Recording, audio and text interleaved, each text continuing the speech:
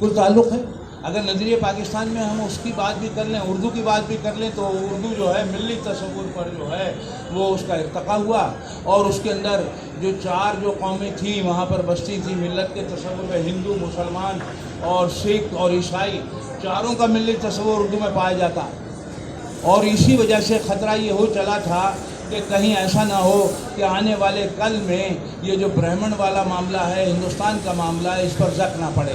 اور اسی وجہ سے انہوں نے 60 کی دہائی میں اردو میں کا رسم الخط تبدیل کیا، اور وہ جو مذہبی ہمارے الفاظ تھے اس کو بھی انہوں نے متروک قرار دے دیا. اب ان کے ہاں دیوناگری رسم الخط میں وہ جو تثلیث ہے، برہما اور آپ کا وشنو اور شیو، اس تثلیث میں بھی وہ ساری ٹرمینالوجی ہے ان کی، پرانوں والی، شروتی والی اور سمرتی والی، ساری ان کی ٹرمینالوجی ہے. اب ہمارے والے معاملات اس میں نہیں ہیں.